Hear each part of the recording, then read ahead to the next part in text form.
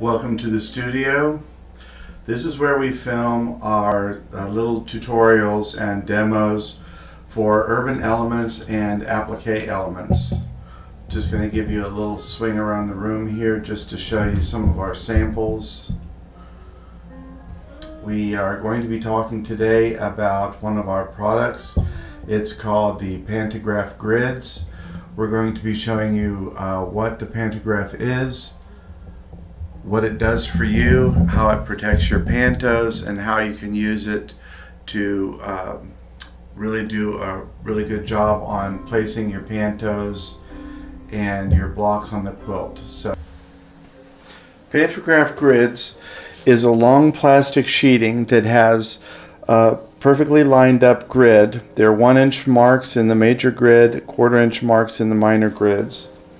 The Pantograph grid has a 0 line in the center, so when you receive this, what you would do is center this on your table, and then you'll trim the two edges as you need to.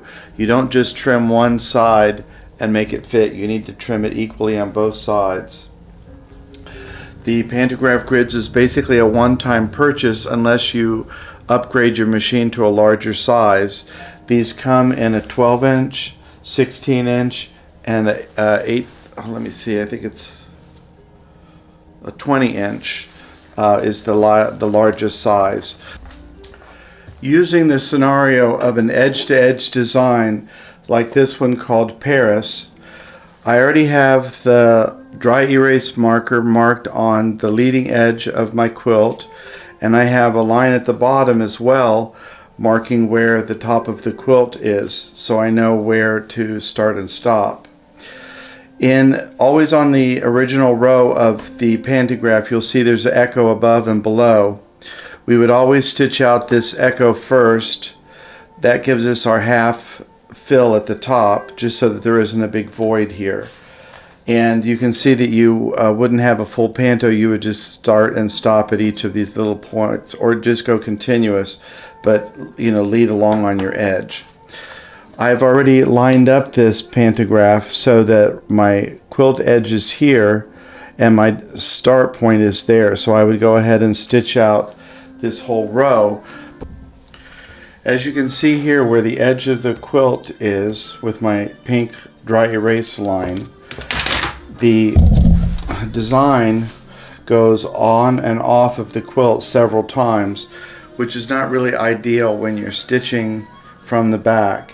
So what I would do is alter this design in some way that allowed me to end the design. So what I would probably do is shorten this little curve here, and then when I came up here I would just go off of the quilt. So I would eliminate all of this. If you wanted to, you could come back and just do this small curve, but I would probably just omit the whole thing. So when you're coming along and you're stitching, you see a visual reference of the line, so you know the edge of your quilt is coming up, and I've put in edit marks that allow me to see where I'm going to go with the design.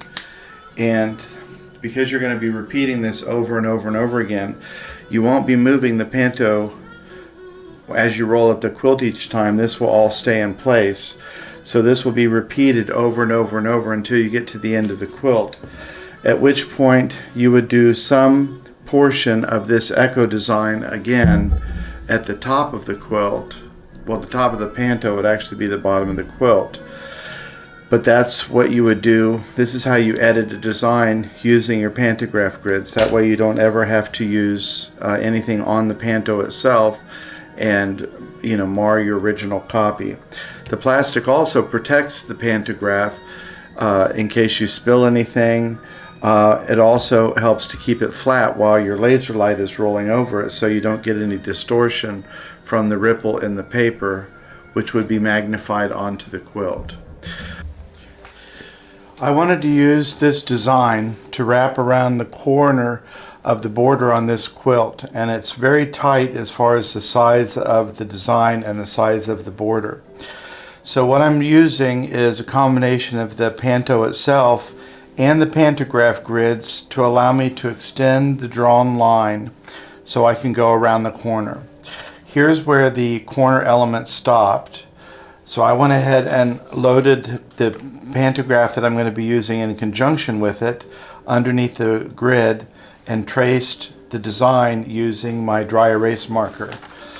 Now the next step that I will do is to load this underneath the Pantograph Gridz, lining up the design with the design from the border element, the corner. And in doing so, this will allow me to wrap all the way around the border of the quilt. And then as I roll up the quilt each time using the markings, I can just sew the full section that I'm capable of sewing at any given time. Now at some point we're going to have to edit this design because it's not going to fit perfectly for my quilt. So when we get to the other edge, I will have to do a little editing on the design, which again is what the Pantograph Gridz allows you to do so beautifully. For this next segment, what we're going to be doing is working on a block of the quilt. And what I want to do is line up a pantograph block in the back so that it matches perfectly in the block in the front. And the way that I've done that was by lining up the needle position to the four corners of the block and marking little dots on my grid. I've already done that here, and I've also connected the dots on the four from the four corners.